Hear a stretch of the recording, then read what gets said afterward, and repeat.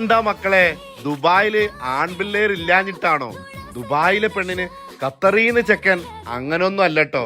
പ്യാറ്, ഇഷ്ക്, മൊഹബത്ത്, സ്നേഹം അതൊരു വല്ലാത്ത സംഭവം തന്നെയാണല്ലേ. സ്നേഹത്തിന് കണ്ണും മൂക്കും കാതൊന്നും ഇല്ലാന്നാണ് പണ്ടുള്ളവർ പറയാറ്. ഇതൊരു ലവ് സ്റ്റോറി ആണോ എന്ന് ചോദിച്ചാൽ അങ്ങനെയൊന്നും പറയാനാവില്ല. പക്ഷേ ഇതൊരു ചരിത്ര വിവാഹമാണ്. എൻ്റെ ഓർമ്മയിലോ കേട്ടുകേൾവിയിലോ ഇത്ര അധികം ദുബായിക്കാര് ഖത്തറിൽ പോയിട്ടൊരു കല്യാണം കൂടിയത് എൻ്റെ അറിവിലില്ല.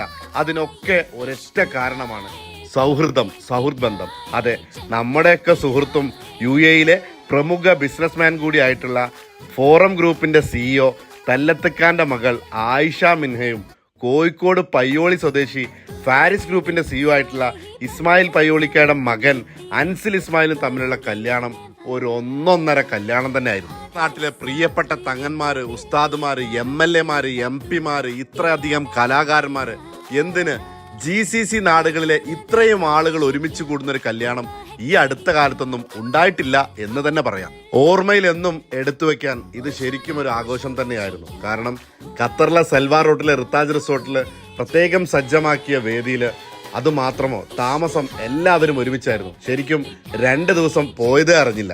പുതുജീവിതത്തിലേക്ക് കാലെടുത്ത് വെക്കുന്ന മിൻഹക്കും അൻസിലിനും എല്ലാവിധ മംഗളാശംസകളും.